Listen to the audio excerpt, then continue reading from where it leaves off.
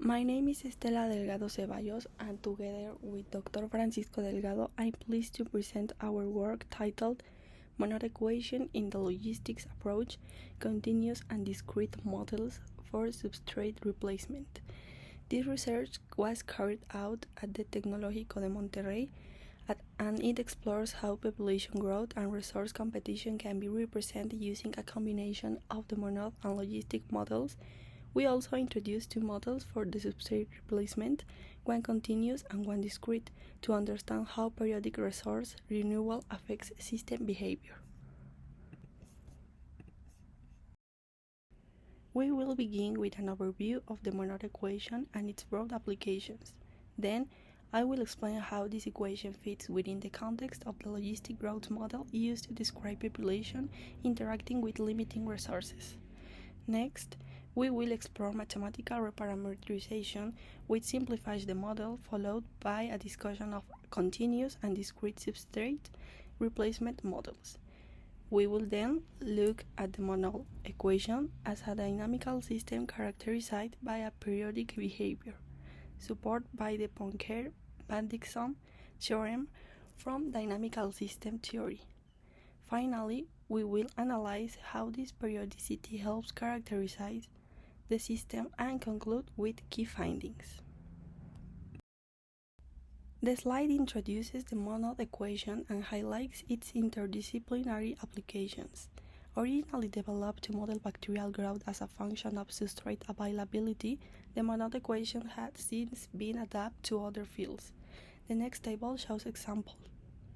In biotechnology, it models microbial growth based on substrate. In economics, it describes price competition depending on demand. In technology, it relates memory usage to CPU allocation. In sociology, it models influence among social groups. And finally, in ecology, it is applied to predator-prey dynamics. Each discipline uses the monod framework with a main growth variable and a limiting resource or substrate that determines system dynamics. The monod equation in the logistic model domain describes how the availability of a limiting substrate controls the growth rate of a biological population, such as bacteria. The first one, monod growth rate equation. The specific growth rate mu equals the maximum specific growth rate mu max multiplied by the concentration of substrate S divided by the half saturation constant Ks plus the concentration of substrate S. The second one, logistic growth model for the population. The rate of change of the population n with respect to time, or dm by dt, is equal to the specific growth rate mu multiplied by the population n multiplied by the difference between the carrying capacity n and the population n. The third one, substrate consumption equation. The rate of change of substrate S with respect to time, or ds by dt, equals negative population divided by the yield coefficient y plus the replenishment rate r. This framework models how the substrate determines the growth rate, which then drives population increase while substrate is consumed and possibly replenishment, mapping out the dynamic between resource and biomass in time. This slide shows how the system describing population and substrate dynamics can be rewritten using fewer parameters by introducing new variables. Original equation, population change, the derivative of n with respect to the product of Kn, Ks, and T is equal to mu times n divided by the product of Kn and Ks multiplied by the difference between Kn times S divided by the product of Kn and Ks, and n divided by the product of Kn and Ks. Then, reparametrization steps. First, introduce new dimensionless variables. Nu is defined as n divided by the product of Kn and Ks. Sigma is defined as S divided by Ks. Time t is rescaled and set as 1 divided by the product Kn, Ks, and mu max times tau. Kappa to the power of -1 is defined as y multiplied by mu max and Ks. Rho is defined as r divided by the product of mu max, Ks squared, and Kn. Then the reparameterized system. The derivative of sigma with respect to the tau is equal to minus kappa times n plus rho. The derivative of nu with respect to tau is equal to sigma divided by 1 plus sigma, multiplied by nu multiplied by difference between sigma and nu. This minimizes system complexity. Population nu and substrate sigma are tracked using a single parameter kappa and a replacement function rho. All essential dynamics are now captured by a simple equations with minimal parameters. This slide introduces two different cycling models for how substrate is replaced in the system. One is continuous and the other one is discrete. Continuous cycling replacement. The external substrate immune function rho and of tau is given in words as rho of tau equals 2 times rho 0 divided by p multiplied by the square of the sin of p times tau divided by p.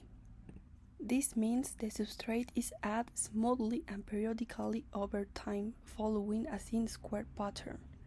The plots of the right show how both population nu of tau and substrate sigma of tau oscillate in response.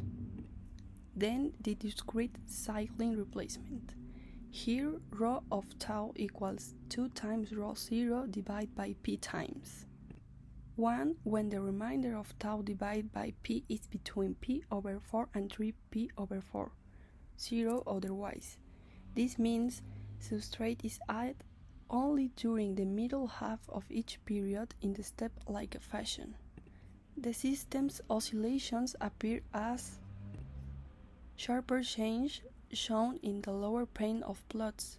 In summary, both models are examples of cycling, periodic substrate replacement, but one is continuous, smooth, and the other is discrete, step-like. And the right side plots illustrate how these rules affect the substrate and population cycles.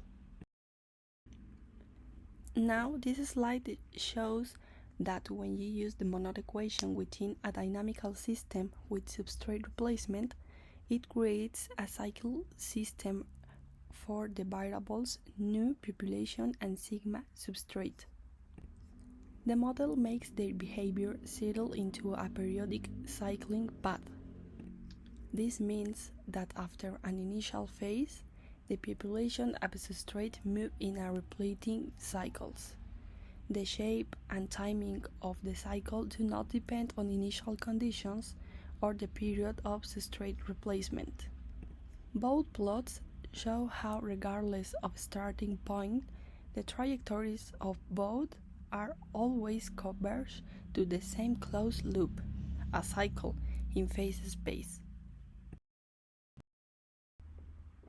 This slide discusses how you can characterize the system based on its periodical behavior.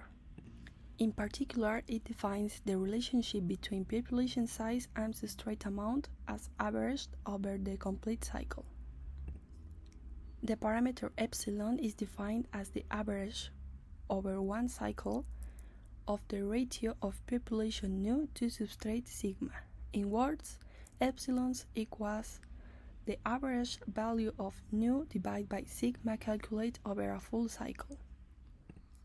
This measure helps summarize how efficiently the population uses the substrate during steady, repeating cycles. The plots show how this efficiency responds to different values for key system parameters. To conclude, integrating the key findings and implications, the Monod model, especially when paired with the logistic growth framework, proves to be highly adaptable for describing resource competition in fields ranging from biology to engineering. Throughout the study, the monod model was analyzed in conjunction with logistic population dynamics and tests under two cycling substrate replacement regimes, continuous and discrete. To streamline the analysis, the system was reformulated in a dimensionless way, enabling its behavior to be understood using just a few core parameters. One of the most significant results in that the population of substrate dynamics naturally develop into stable, repeating cycles, known as limit cycles, regardless of the specific of the substrate replacement schedule. The key factors that determine this cycling behavior are captured by a central parameter, kappa. Overall, the presence of these limit cycles allows valuable predictions about long-term system performance, such as typical population size or resource usage under regular stable conditions.